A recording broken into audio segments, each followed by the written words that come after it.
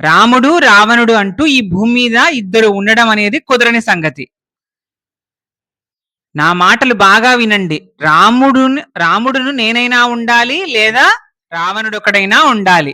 ఎవరో ఒకరే ఉండాలి. బాగా కోపం వచ్చినప్పుడు తెలుగువారి వాక్య విన్యాసం ఎలా ఉంటుందో సరిగ్గా అదే విధంగా రాముడు మాట్లాడాడు. కోపం వచ్చినప్పుడు అంటాం కదా, అయితే నువ్వైనా ఉండాలి, లేకపోతే నేనైనా ఉండాలి, ఎవరో ఒకరే మిగలాలి అన్నట్టు. అలా రాముడు కూడా యుద్ధరంగంలో రావణుడి మీద కోపంతో అలా అన్నాడు యుద్ధంలో అన్నట్టు మొల్ల ఇక్కడ మనకు వర్ణించింది. అయితే నేను, లేకపోతే రావణుడు, ఎవరో ఒకరమే ఉంటామని వీరస్ఫూర్తి కలిగిన మాటలు మాట్లాడుతూ శ్రీరాముడు ధనుస్సు పట్టి బాణవర్షాన్ని కురిపించాడు.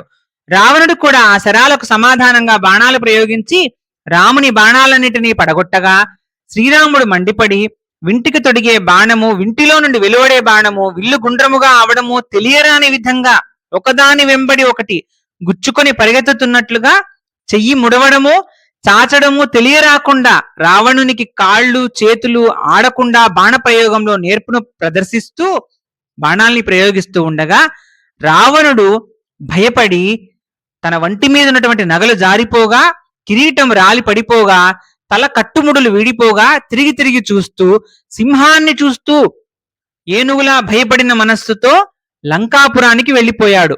అంటే రాముడంత తీవ్రంగా ఒక బాణం ఎప్పుడు వింటినారిని మడుస్తున్నాడో, ఆ బాణాన్ని ఎప్పుడు సంధిస్తున్నాడో, నెక్స్ట్ బాణం ఎప్పుడు వేస్తున్నాడో తెలియకుండా అన్ని బాణాలని వేగంగా ప్రయోగించాడు రావణుడి మీద.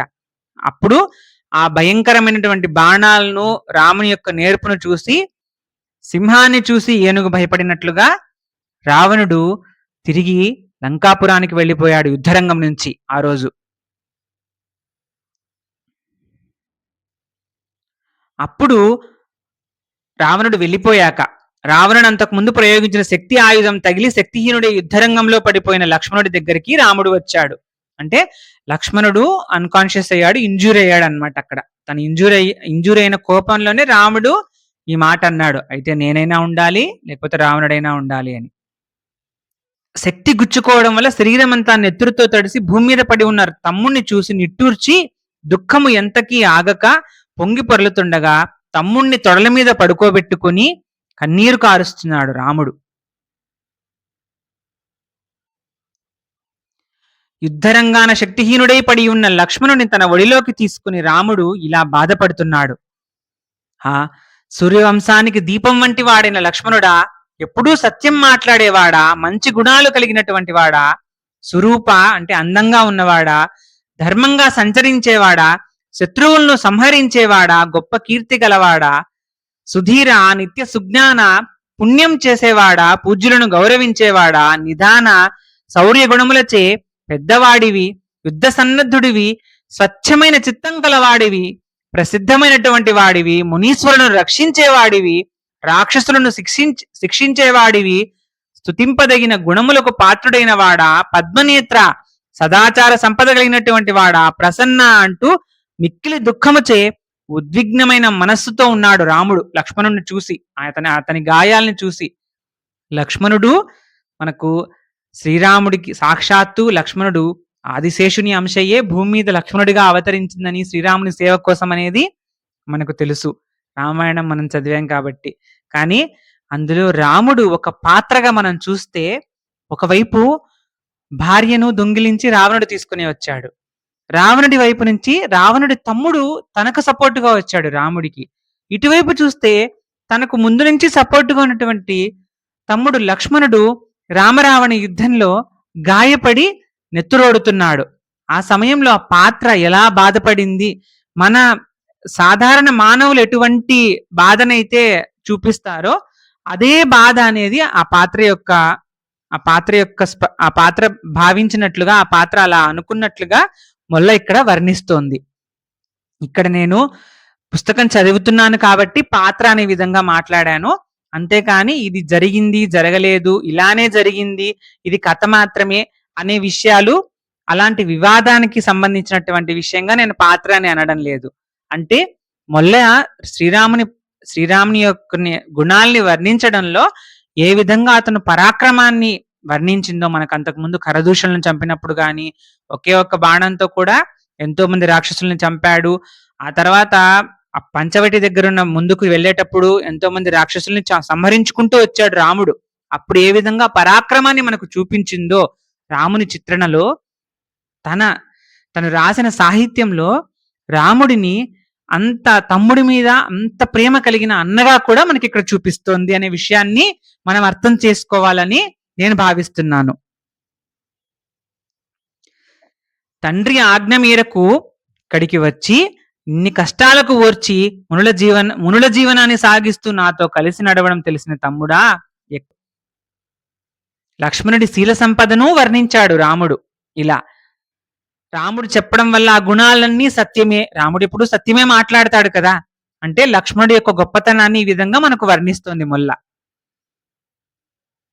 అడవిలోని పళ్ళు దుంపలు ప్రతిరోజు భక్తితో తీసుకుని వచ్చి సమర్పించి నా కన్న తండ్రిలా నన్ను సీతను పోషించావు కదా, ఇప్పుడు ఎక్కడికి వెళ్ళావు తండ్రి అంటున్నాడు. అంటే తన తండ్రి అయిన దశరథుడు ఏ విధంగా తన మీద ప్రేమ చూపించాడో అంతటి ఆదరణతో తనకి ఫుడ్ తీసుకొని వచ్చాడు, పళ్ళు దుంపలు తనకు సీతకు అని తమ్ముడిని తండ్రితో పోల్చుకున్నాడు ఈ సందర్భంలో రాముడు. ఓ పుణ్యచరిత్రుడా, నీ వంటి తోడబుట్టినవాడు, నీ వంటి ఉత్తమ గుణాలు కలవాడు ఎంతగా ఆలోచించినా నిజంగా ఈ భూలోకంలో నువ్వు తప్ప ఎవరైనా ఉన్నారా? ఏమాత్రం నిద్రాహారాలు లేకుండా 14 సంవత్సరాలు మా మేలు కోరుతూ మమ్మల్ని మిక్కిలి శ్రద్ధతో రక్షించిన నిన్ను మంచి చెడ్డ తెలిసిన మనుషులెవరైనా ఎక్కడైనా మర్చిపోగలరా? మర్చిపోలేము. అందున తెలుగువారు రామాయణం నిత్య నూతనంగా ఎప్పటికీ తలుచుకుంటూనే ఉంటారు. ఇప్పటికీ ఇద్దరు సోదరులు బాగుంటే వాళ్ళిద్దరూ రామలక్ష్మణులాగా ఉన్నారు అంటారు. అంతగా రాముడు లక్ష్మణుడు అనే పేర్లు మన జీవితంలో భాగమైపోయాయి. ఆ విధంగా రాముడు అప్పుడే తను అనుకున్నాడట, మంచి చెడ్డ తెలిసిన మనుషులు ఎవరైనా ఇన్ను ఎక్కడైనా మర్చిపోతారా? 14 సంవత్సరాలు ఇక్కడ ఇండైరెక్ట్ గా మనకు చెప్తోంది రచయిత్రి. 14 సంవత్సరాలు నిద్రాహారాలు లేకుండా రామునికి సీతకు సేవ చేయడానికే వచ్చాడు ఆయన అరణ్యాలకు లక్ష్మణుడు అని. తర్వాత మనకి ఎన్నో ఉపకథలు రావచ్చు, రామాయణం గురించి చెలగుతులు రావచ్చు, జానపద కథల్లో వేరే విధంగా కూడా వర్ణించి ఉండవచ్చు మనకు కొన్ని విషయాలను. కానీ ఇక్కడ మొల్ల రామాయణం ప్రకారం అయితే నిద్రాహారాలు లేకుండానే లక్ష్మణుడు తన అన్నను వదినను సేవించాడు అడవిలో. ప్రతి నిమిషము ప్రతి విషయంలోనూ రాముడికి తను తోడుగానే ఉన్నాడు ఇప్పటి వరకు కూడా. మరి ఇప్పుడు ఇలా గాయపడి ఉండిపోయాడు కదా, ఎక్కడికి వెళ్ళిపోయావు, నాతో ఉండాలి కదా అన్నట్టు రాముడు తన దుఃఖాన్ని ప్రదర్శిస్తున్నాడు లక్ష్మణుడి గురించి. ఓ వానరోత్తములారా వినండి, నా తండ్రి నా కోసం పలవరిస్తూ స్వర్గానికి వెళ్ళిపోయాడు. సీతాదేవి రాక్షసుని చెరలోకి వెళ్ళింది. ఈ రోజుతో నా తమ్ముడు కూడా పోయాడు. ఇంకా ఒట్టి ఆశలతో ఉండడం నాకు ధర్మమేనా? మీరు వేగంగా మీ ఇళ్ళకి ఏ సంశయము లేకుండా వెళ్ళిపోండి అని. అలానే లక్ష్మణుడి శరీరాన్ని చూస్తూ, నిన్ను ఇక్కడ విడిచిపెట్టి అయోధ్యాపురికి వెళితే నీ కన్న తల్లి వచ్చి నన్ను లక్ష్మణుడు ఏడి అని అడుగుతూ వెతుక్కుంటూ ఉంటే మనసులో చిన్నబుచ్చుకుని నేనేం చెప్పగలను అంటున్నాడు. రావణుడు ప్రయోగించిన శక్తికి లక్ష్మణుడు యుద్ధరంగంలో పడిపోగా గాయాలతో నెత్తురోడుతూ ఉండగా లక్ష్మణుడి యొక్క గుణాలను చెబుతూ లక్ష్మణుడు తన సాన్నిహిత్యంలో ఎలా ఉన్నది తలుచుకుంటూ, ఇప్పుడు అయోధ్యకు తిరిగి వెళితే లక్ష్మణుడు లేకుండా లక్ష్మణుడి కన్నతల్లి అడిగితే ఏం చెప్పాలి నేను అని ఒకవైపు మదన పడుతూ వానరులందరినీ కూడా హెచ్చరిస్తున్నాడు. నా తమ్ముడు నాతో లేడు, నా భార్య నాకు దూరమైంది రావణుడి వల్ల, ఇప్పుడు యుద్ధరంగంలో నా తమ్ముడిని నేను కోల్పోయాను అంటే ఇక లక్ష్మణుడు లేడన్నట్లు ఆ ఎక్స్ట్రీమ్ పెయిన్ కి ఎక్స్ట్రీమ్ ఆలోచనకు వెళ్ళిపోయి రాముడు వానరుల్ని కూడా మీరు వెళ్ళిపోండి, ఇంక ఇక్కడ ఉన్నా మనం చేసేదేం లేదు, నా కోసం మీరు ఇక్కడ ఉండడం కూడా అనవసరం అన్నట్టు మాట్లాడుతున్నాడు అనమాట రాముడు.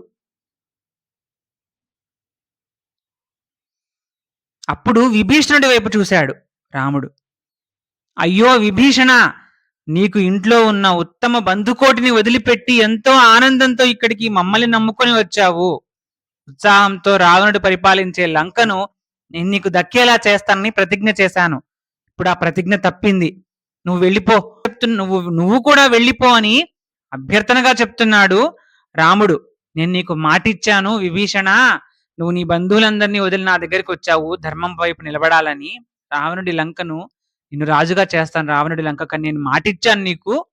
నా ప్రతిజ్ఞను కూడా నేను ఈరోజు నిలబెట్టుకోలేకపోతున్నాను. ఎందుకంటే నా తమ్ముడు నాతో లేడు, ఇక ఈ యుద్ధం అనేదే లేదు అన్నట్టు రాముడు అంటున్నాడు విభీషణుడితో.